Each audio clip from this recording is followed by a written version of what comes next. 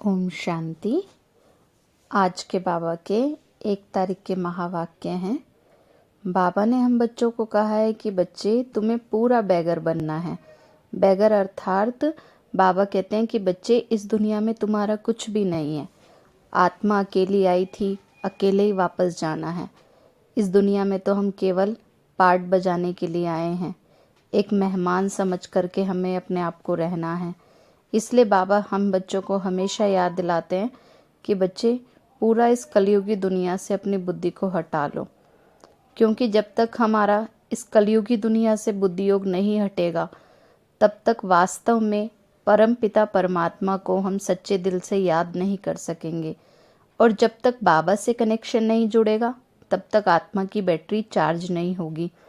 इसलिए चारों तरफ की व्यर्थ की बातों से अपने मन और बुद्धि को हटाकर उस सर्वशक्तिवान परम पिता परमात्मा को हमें याद करना है, जिनसे हमेशा हमें मदद मिलती है, शक्तियाँ मिलती हैं, वरदान मिलते हैं।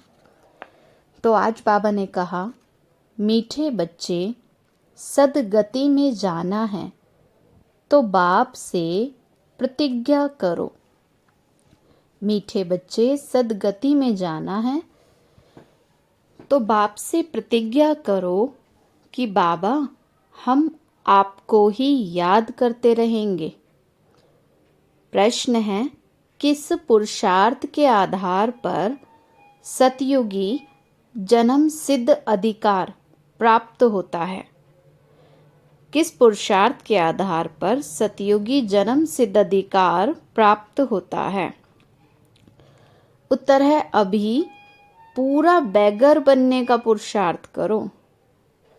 पुरानी दुनिया से ममत्व मिटाकर जब पूरे बैगर बनेंगे तभी सतयुगी जन्म सिद्ध अधिकार प्राप्त होगा। बाबा ने कहा, बच्चे इस पुरानी दुनिया से जब पूरा बुद्धि योग हटाएंगे तभी पुरुषार्थ कर सकेंगे और सतयुगी जन्म सिद्ध अधिकार प्राप्त होगा। बाबा कहते हैं, मीठे बच्चे अब ट्रस्टी बनो। पुरानी कीचड़ पट्टी जो कुछ है सब ट्रांसफर करो, है ना। मेरा मेरा हमें कुछ भी नहीं समझना। बुद्धि योग हमारा क्या रहे कि बाबा ये सब कुछ आपका है, यही बुद्धि में रहे।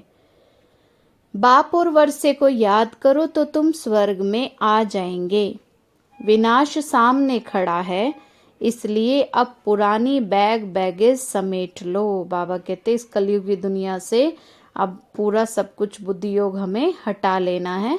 और बैगेज कौन सा तैयार करना है? पुण्य कर्मों का, दुआओं का खाता तैयार करना है ना। बाबा कहते पुरुषार्थ करके ज्ञान योग की धारणा अपने अंदर करनी है। गीत है, भोलेनाथ से निराला कोई और नहीं, बिगड़ी को बनाने वाला कोई और नहीं।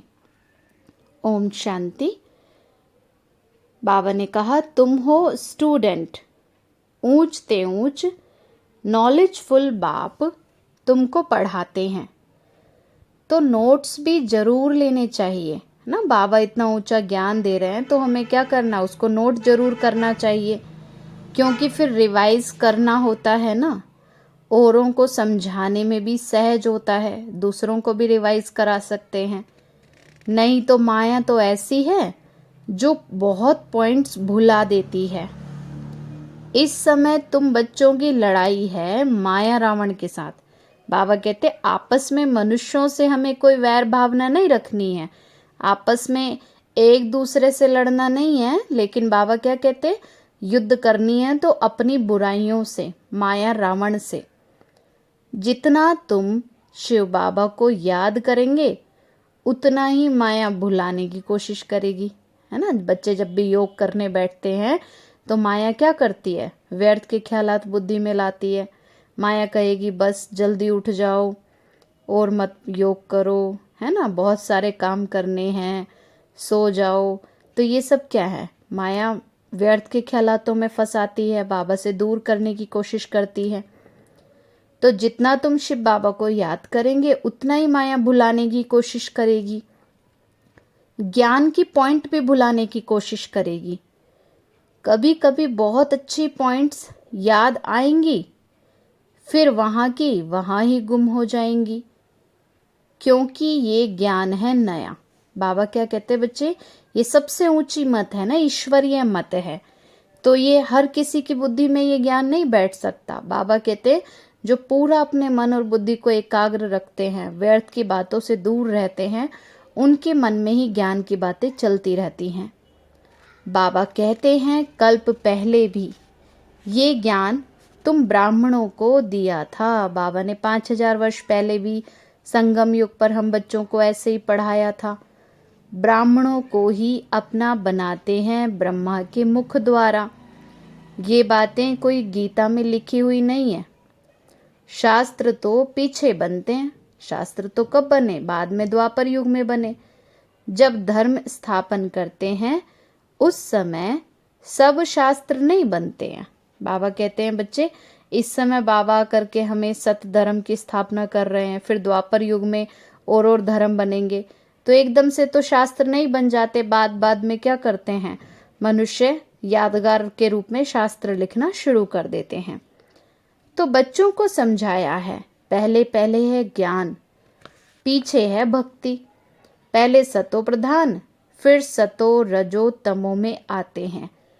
तो मनुष्य जब रजो में आते हैं तब भक्ति शुरू होती है ना, और रजो स्टेज हमारी कब होती है, द्वापर युग में होती है, तब से ही फिर भक्ति शुरू होती है।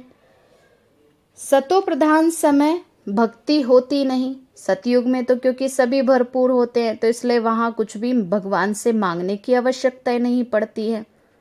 भक्ति मार्ग की भी ड्रामा में नूंद है, भक्ति होना भी ये भी ड्रामा में नूंद है। ये शास्त्र आदि भी तो भक्ति मार्ग के काम आते हैं। तुम ये जो ज्ञान योग आदि की किताब बनाते हो, ये फिर से पढ़कर रिफ्रेश होने के लिए, क्योंकि जितना ज्ञान की बातें पढ़ते हैं तो उतना आत्मा के अंदर शक्ति बढ़ती जाती है। जितना बार बार रिवाइज करते हैं, जैसे दही को जितना फेंटेंगे तभी तो मक्खन निकलेगा ना, तो उसी प्रकार ज्ञान का रिवीजन करते रहते हैं तो आत्मा के अंदर धारणा होती है और शक्ति आती है, ज्ञान विजडम बनता जाता है। बाकी टीचर के सिवाय तो कोई समझ नहीं सकेंगे ना। गीता का टीचर है ही श्रीमद् भगवान ना, शिव बाबा हमें पढ़ा करके क्या दे रहे हैं, सच्चा गीता ज्ञान दे रहे हैं। सबसे बड़ा टीचर कौन है, शिव बाबा है। तो वह है विश्व का रचयिता, स्वर्ग रचते हैं। जबकि वह सबका बाप है तो जरूर बाप से वर्षा स्वर्ग की बादशाही मिलनी चाहिए ना। बाप तो अपने बच्चों को सब कुछ देने के लिए आए हैं, तो बाप से ही क्या मिलता है, स्वर्ग की बादशाही मिलती है। कोई मनुष्य थोड़ी मनुष्य को स्वर्ग का मालिक बना सकते हैं। सतयुग में है देवी देवताओं का राज्य, तो अभी तुम हो संगम युगी ब्राह्मण। विष्णु के चित्र में चार वर्ण दिखाते हैं, देवता क्षत्रिय वैश्य और शूद्र, और 5वां वर्ण है ब्राह्मणों का। लेकिन उन्हों को ये बिल्कुल पता नहीं कि ऊंचे ते ऊंचा है ब्राह्मण वर्ण। ऊंच ते ऊंच परम पिता परमात्मा को भी भूल गए हैं। वह शिव है, ब्रह्मा विष्णु शंकर का रचयिता। त्रिमूर्ति ब्रह्मा कह देते हैं परंतु इसका अर्थ नहीं जानते। अगर ब्रह्मा विष्णु शंकर तीनों भाई हैं तो इन्हों का बाप तो चाहिए ना। तो ब्राह्मण, देवी देवता और क्षत्रिय, ये 3 धर्मों का रचयिता है वह निराकार बाप, जिसको गीता का भगवान कहा जाता है। देवताओं को भी भगवान नहीं कह सकते तो मनुष्यों को कैसे कह सकते हैं। आजकल तो मनुष्य क्या करते हैं, स्वयं कोई भगवान कहलाने लग गए हैं, अपने कोई शिवोयम कह देते हैं। बाबा कहते ये भगवान का टाइटल तो देवी देवताओं को भी नहीं मिल सकता है ना। कहने मात्र भले भगवान भगवती कह देते हैं, लेकिन परमात्मा तो केवल एक ही है ना। तो ऊंचे ते ऊंचे है शिव बाबा, फिर सूक्ष्म वतनवासी ब्रह्मा विष्णु शंकर, फिर इस वतन में पहले पहले है श्री कृष्ण। पहले पहले शिव जयंती गाई जाती है, त्रिमूर्ति जयंती कहाँ दिखाते नहीं, क्योंकि तीनों को जन्म कौन देते हैं ये कोई को पता ही नहीं है। तो ये बाप ही आकर के बताते हैं। ऊंच ते ऊंच वह है विश्व का मालिक, नई दुनिया का रचयिता। स्वर्ग में ये लक्ष्मी नारायण ही राज्य करते हैं। सूक्ष्म वतन में तो राजधानी का प्रश्न ही नहीं, क्योंकि सूक्ष्म वतन में तो सूक्ष्म शरीर होते हैं, वहां तो राजधानी का प्रश्न ही नहीं है।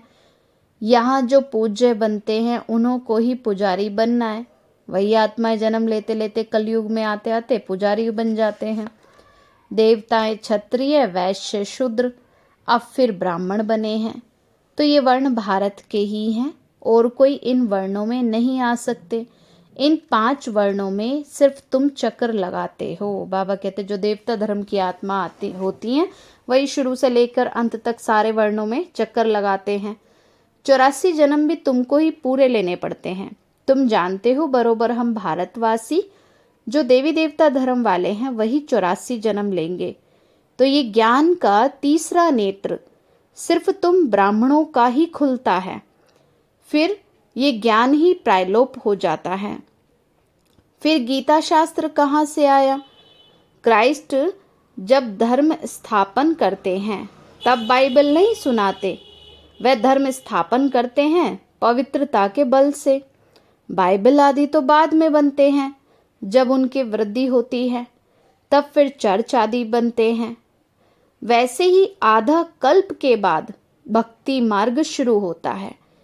पहले तो होती है अव्यभिचारी भक्ति एक की, और फिर ब्रह्मा विष्णु शंकर की, और अभी तो देखो 5 तत्वों की भी पूजा करते रहते हैं, है ना। अभी तो हर कोई क्या करते हैं, मनुष्य गुरुओं की पूजा, चौराहे की पूजा, वृक्षों की पूजा, क्या क्या करते रहते हैं।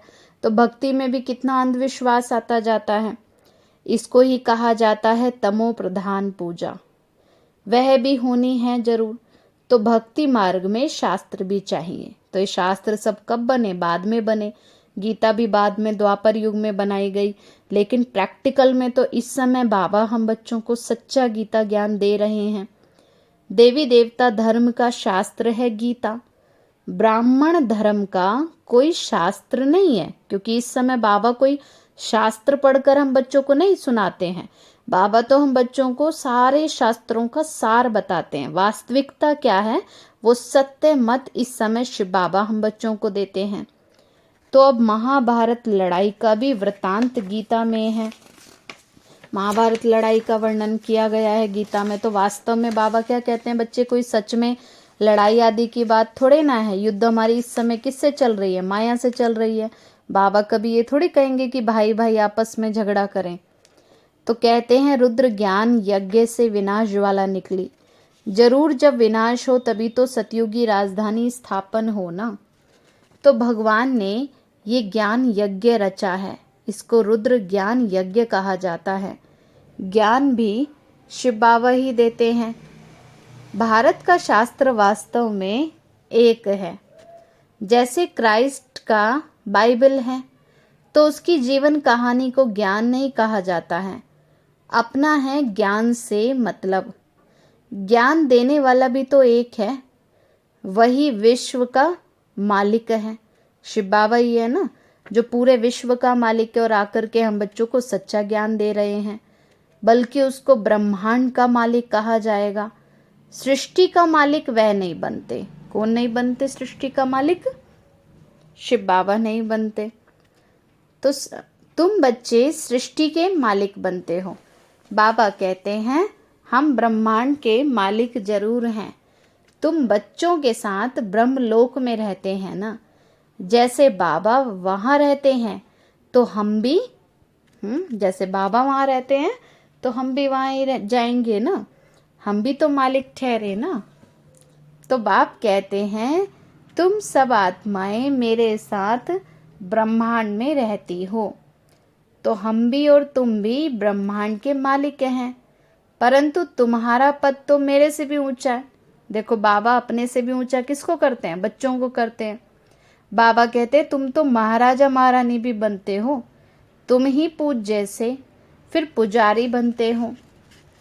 तुम पतितों को मैं आकर के फिर पावन बनाता हूँ। मैं तो जन्म मरण रहित हूँ। फिर साधारण तन का आधार ले सृष्टि के आदि मध्य और अंत का राज तुमको बताता हूँ। ऐसा कोई भी विद्वान पंडित नहीं जो ब्रह्मांड सूक्ष्म वतन और सृष्टि चक्र के राज को जानता हो, सिवाय तुम बच्चों के। बाबा ने आकर के हमको पूरा ज्ञान दिया ना, सृष्टि के आदि मध्य और अंत का, तीनों लोकों का, तीनों कालों का बाबा ने हम बच्चों को ज्ञान दिया। बाबा कहते हैं बच्चे तुम सृष्टि के भी मालिक बनते हो, ब्रह्मांड के भी तुम बच्चे मालिक हो। तो इसलिए बाबा कहते तुम बच्चे मेरे से भी ऊंचे हो। तो तुम जानते हो ना, ज्ञान का सागर, पवित्रता का सागर तो परमपिता परमात्मा ही है। उनकी महिमा ही गाई ही तब जाती है जबकि हमको ज्ञान देते हैं, तभी तो उनको ज्ञान का सागर कहा जाता है। अगर ज्ञान नहीं दें तो महिमा कैसे गाई जाए। तो जरूर शिव बाबा ने ज्ञान दिया है हमें, तभी तो ज्ञान का सागर कहते हैं उनको। तो वह एक ही बार आकर के बच्चों को वर्षा देते हैं 21 जन्मों के लिए। 21 जन्मों की लिमिट है, ऐसे नहीं कि सदैव के लिए देते हैं। 21 पीढ़ी अर्थात बुढ़ापे तक, 21 बुढ़ापे तक, पीढ़ी बुढ़ापे को कहा जाता है। तो 21 पीढ़ी तुमको राज्य भाग्य मिलता है। ऐसे नहीं एक के पिछाड़ी 21 कुल का उद्धार हो जाएगा। बाबा कहते हैं जो पुरुषार्थ करेगा उनका ही तो होगा ना भाग्य, उनका ही तो बनेगा। कोई एक के करने से सबका थोड़े बन सकता है। तो ये तो समझाया है, इस राजयोग से तुम राजाओं के राजा बन जाते हो, फिर वहाँ ज्ञान की दरकार नहीं रहती। सतयुग में तो बाबा कहते तुम्हें ऊंची पोस्ट मिल जाती है, फिर तो समझाने की आवश्यकता नहीं, क्योंकि वहाँ बच्चे समझदार होते हैं। तो वहाँ तुम सदगति में हो, ज्ञान तो उनको चाहिए जो दुर्गति में हो। तो अभी तुम सदगति में जाते हो, दुर्गति में लाया है माया रावण ने, अब सदगति में जाना है। तो बाप का बनना पड़ता है, प्रतिज्ञा करनी पड़ती है। बाबा हम आपको सदैव याद करते रहेंगे, देह का अभिमान छोड़ हम देही होकर के रहेंगे, ग्रस्त व्यवहार में रहते हम पवित्र रहेंगे। मनुष्य कहते हैं ये कैसे होगा। अरे बाप कहते हैं इस अंतिम जन्म में पवित्र बन, मेरे साथ योग लगाओ तो जरूर तुम्हारे विकर्म विनाश होंगे, और चक्र को याद करेंगे तो तुम चक्रवर्ती राजा बनेंगे। बाप से जरूर स्वर्ग का वर्षा मिलेगा। डीटी वर्ल्ड सॉवरेंटी तुम्हारा जन्म सिद्ध अधिकार है। बाबा कहते हैं देवी देवता धर्म में जाना, राज्य पाना ये तुम्हारा अधिकार है, सो तुम पा रहे हो ना। फिर जितना जो प्रतिज्ञा करते हैं और बाप के साथ मददगार बनते हैं, उतना उनका भाग्य बनता जाता है। ये तो तुम भी जानते हो, विनाश तो सामने खड़ा है, नेचुरल कैलेमिटीज भी आई की आई। इसलिए बाबा कहते हैं अपने पुराने बैगेज आदि सब ट्रांसफ़र कर दो, मेरा कुछ भी नहीं, ये याद रखो। तुम ट्रस्टी बन जाओ ना। बाबा तो शराब पी है, मट्ठा सट्टा करते हैं ना। मनुष्य मरते हैं तो सारी कीचड़ पट्टी करनी घोर को दे देते हैं ना। तो तुम्हारी भी ये कीचड़ पट्टी सब कब्र दाखिल होनी है। लास्ट में तो सब कुछ क्या होगा, धन भी, मकान भी, सामान भी, सब मिट्टी में मिल जाना है। इसलिए पुरानी चीज़ों से ममत्व मिटा दो, एकदम बैगर बनो। बैगर टू प्रिंस, बाप और वर्षे को याद करो। बाबा कहते इस समय जो बैगर बनते हैं वही प्रिंस बनते हैं। तो बाप और वर्षे को याद करो तो तुम स्वर्ग के मालिक बन जाएंगे। जो जन्म सिद्ध अधिकार है, कोई भी आता है तो उनसे पूछो विश्व का रचयिता कौन, गॉड फादर है ना। स्वर्ग है ही नई रचना। जबकि बाप स्वर्ग रचते हैं तो फिर हम नरक में क्यों, स्वर्ग के मालिक क्यों नहीं बनते। तुमको नरक का बादशाह बनाया है माया रावण ने, क्योंकि इस कलयुग में सब क्या है, अपने को मालिक समझते बैठे हैं ना, मेरा मेरा करते रहते हैं। बाप तो स्वर्ग का बादशाह बनाने वाला है, रावण तो दुखी बनाते हैं। तभी तो रावण से तंग होकर के फिर उनको जलाने की कोशिश करते हैं। इसलिए मनुष्य हर साल रावण जला देते हैं, लेकिन अपने अंदर की बुराइयों को तो खत्म करते नहीं। तो रावण से तंग होकर उसको जलाने की कोशिश करते हैं, परंतु जलता ही नहीं। रावण तो क्यों नहीं जलता, क्योंकि अंदर में बुराइयां अभी तक खत्म नहीं हुई हैं। मनुष्य समझते ही नहीं ना कि रावण क्या चीज़ है। कहते हैं 3000 वर्ष बिफोर क्राइस्ट तो गीता सुनाई। माना क्राइस्ट के 3000 वर्ष पहले शिव बाबा ने क्या किया, हम बच्चों को गीता ज्ञान दिया। परंतु उस समय कौन सी नेशनैलिटी थी वह समझाना चाहिए ना, क्योंकि इस समय क्या है, माया का राज्य चल रहा है। इस टाइम में बच्चे क्या है, बेसमझ बन गए हैं। तो बाबा हम बच्चों को आकर के समझदार बनाते हैं, सच्चा ज्ञान देते हैं। माया ने तो बिल्कुल ही पतित बना दिया है। कोई को भी नहीं पता कि स्वर्ग का रचयिता कौन है। एक्टर होते हुए भी ड्रामा के क्रिएटर डायरेक्टर को ना जाने तो क्या कहेंगे। तो बड़े ते बड़ी लड़ाई है ये महाभारत लड़ाई विनाश के लिए। अब देखो तीसरा विश्व युद्ध भी चल रहा है, तो ये क्या है, अंतिम निशानियां है ना, कि अब कलयुग का अंतिम समय आ चुका है। बिल्कुल अब तो लास्ट का समय है। बाबा हम बच्चों को ये चांस दे रहे हैं, लास्ट चांस, कि बच्चे अब भी पुरुषार्थ कर लो। तो गाया भी जाता है ब्रह्मा के द्वारा स्थापना, ऐसे नहीं गाया जाता कि कृष्ण के द्वारा स्थापना। रुद्र ज्ञान यज्ञ भी मशहूर है, जिससे विनाश ज्वाला प्रज्वलित हुई है। बाप खुद कहते हैं मैंने ये ज्ञान यज्ञ रचा है। तुम हो सच्चे ब्राह्मण रूहानी पंडे, तुमको अब बाप के पास जाना है, वहाँ से फिर इस पतित दुनिया में आना है। बाबा कहते हैं बच्चे फिर जन्म लेते लेते फिर बच्चे कलयुग में आ जाते हैं, पहले सतयुग में जाते हैं फिर कलयुग में। तो ये सेंटर्स हैं सच्चे सच्चे तीर्थ, सचखंड में ले जाने वाले। वह तीर्थ हैं झूठ खंड के लिए। वह है जिस्मानी देह अभिमान की यात्रा। आजकल मनुष्य तो यात्राओं पे भी जाते हैं तो वहाँ भी लड़ाई झगड़ा करते रहते हैं, बुराइयाँ फिर भी नहीं छोड़ते, कितने ही तीर्थ करते रहते हैं। तो बाबा कहते वो तो देह अभिमान की यात्रा हो गई ना, और ये है देही अभिमानी की यात्रा। तुम जानते हो हम फिर से नई दुनिया में आकर के फिर अपने सोने के महल बनाएंगे। ऐसे नहीं कि सागर से कोई महल निकल आएंगे। तो तुमको तो बहुत खुशी होनी चाहिए। जैसे पढ़ाई में ख्याल रहता है ना कि मैं बैरिस्टर बनूंगा, ये करूंगा, जैसे बच्चों का भी लक्ष्य होता है ना, पढ़ाई ऐसे ही तो नहीं पढ़ते, कुछ ना कुछ लक्ष्य तो जरूर रख करके चलते हैं अपने जीवन में। तो बाबा कहते तुम बच्चों का भी क्या लक्ष्य है कि हमें देवताओं जैसे गुण धारण करने हैं, लक्ष्मी नारायण जैसा बनना है। तो तुमको भी आना चाहिए ना कि हम स्वर्ग में ऐसे ऐसे महल बनाएंगे। हम प्रतिज्ञा करते हैं लक्ष्मी को जरूर वरेंगे, सीता को नहीं। तो इसमें पुरुषार्थ बहुत अच्छा चाहिए ना। तो बाप अब सच्चा ज्ञान सुनाते हैं जिसको धारण करने से हम देवता बन रहे हैं। नंबर 1 में आते हैं श्री कृष्ण। मैट्रिक में जो पास होते हैं उनकी लिस्ट अखबार में निकलती है ना, तो तुम्हारे स्कूल की लिस्ट भी गई हुई है। 8 तो फुल पास हैं, नामी ग्रामी तो 8 रत्न हैं जो ही काम में आते हैं। इसलिए सभी क्या करते हैं, अष्टरत्न की अंगूठी भी पहनते हैं। 108 की माला तो बहुत सिमरते हैं, कोई तो 16,000 की भी बनाते हैं। तो तुमने ही मेहनत कर सर्विस की है भारत की, तो सब पूजते हैं। एक है भक्तमाला और दूसरी है रुद्रमाला। तो अभी तुम जानते हो श्रीमद् भगवत गीता है माता और पिता है शिव। तो डीटी डायनेस्टी में पहले पहले जन्म लेते हैं श्री कृष्ण। जरूर राधे ने भी जन्म लिया होगा, और भी तो पास हुए होंगे ना। अकेले कृष्ण तो राजधानी नहीं करेंगे, पूरी राजधानी में तो सभी होंगे। तो परमपिता परमात्मा से बेमुख होने के कारण सारी दुनिया निधन की हो गई है। आपस में सब लड़ते झगड़ते रहते हैं, कोई धनी धोनी नहीं है। अब तुम्हें सबको बाप का परिचय देना है। अच्छा मीठे मीठे सिकीलते बच्चों प्रति माता पिता बाप दादा का याद प्यार और गुड मॉर्निंग। रूहानी बाप की रूहानी बच्चों को नमस्ते।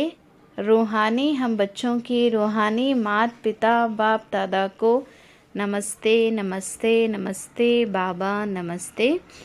सदा रहें हंसते और हंसाते और बन जाएं फरिश्ते। शुक्रिया बाबा, शुक्रिया बाबा, शुक्रिया बाबा। धारणा के लिए मुख्य सार है, देह अभिमान को छोड़ देही अभिमानी बन, याद की यात्रा पर तत्पर रहना है। इस अंतिम जन्म में पवित्र बन बाप का पूरा पूरा मददगार बनना है। देह अभिमान को छोड़कर देही अभिमानी बन करके याद की यात्रा पे रहना है और इस अंतिम जन्म में पवित्र बन करके बाप का पूरा पूरा मददगार बनना है। सेकंड पॉइंट है पुरानी जो भी चीज़ें हैं उससे ममत्व निकाल कर ट्रस्टी बन बाप और वर्षे को याद कर विश्व का मालिक बनना है। वरदान बाबा ने दिया, सत्यता के साथ सभ्यता पूर्वक बोल और चलन से आगे बढ़ने वाले सफलता मूर्त भव। सत्यता के साथ सभ्यता पूर्वक बोल और चलन से आगे बढ़ने वाले सफलता मूर्त भव। सदैव याद रहे कि सत्यता की निशानी है सभ्यता। बाबा कहते हैं ना, जो सत्य होगा उसके अंदर सभ्यता भी होगी। ये नहीं कि सच बोलते रहें और किसी को भी उल्टे सुलटे शब्द हम बोलते रहें। बाबा कहते देवताएं जो बोलेंगे सत्यता भी होगी और सभ्यता भी होगी उनके अंदर ना। तो जो देवता बनने वाली आत्मा होगी वो हमेशा हर एक के साथ सभ्यता के साथ व्यवहार में आएंगे। यदि आप में सत्यता की शक्ति है तो सभ्यता को कभी नहीं छोड़ो। सत्यता को सिद्ध करो लेकिन सभ्यता पूर्वक समझदारी से। देवताई लक्षण हम में हो। सभ्यता की निशानी है निर्माण और असभ्यता की निशानी है जिद। बाबा कहते जो असभ्य होते हैं वो हर बात पर क्या करते हैं, जिद करते हैं, सिद्ध करते हैं। तो जब सभ्यता पूर्वक बोल और चलन हो तभी सफलता मिलेगी। यही आगे बढ़ने का साधन है।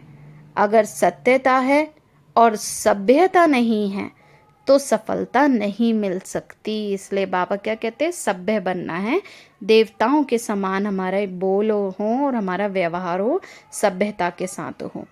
स्लोगन है, संबंध संपर्क और स्थिति में लाइट रहो, दिनचर्या में नहीं। बाबा कहते दिनचर्या में क्या रहो, स्ट्रिक्ट रहो। जो बाबा की दिनचर्या उस पर पूरा चलो। लेकिन जब किसी से मिलते हो, संबंध संपर्क में हो, तो बाबा कहते तब अपने अंदर कड़कपन नहीं लाना, तब लाइट रहो और अपनी स्थिति को भी कैसा रखना है, लाइट रखना है। अच्छा, ओम शांति, ओम शांति, ओम शांति।